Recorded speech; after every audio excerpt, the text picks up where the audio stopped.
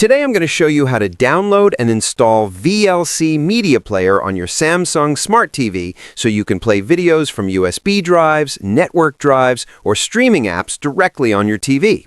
Before we start, quick disclaimer. This video is for educational purposes only. I'm not selling anything, I'm just walking you through the steps so you don't get lost.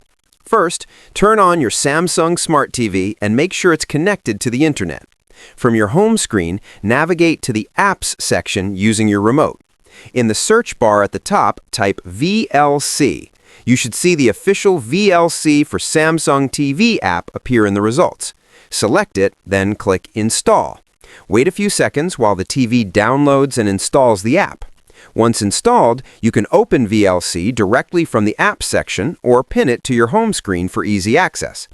Once VLC is open, you can browse through your local media or network storage.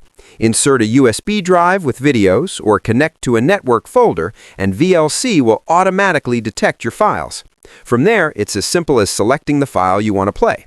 The interface is clean and easy to navigate, and you can use your remote to pause, skip, or adjust playback. That's it.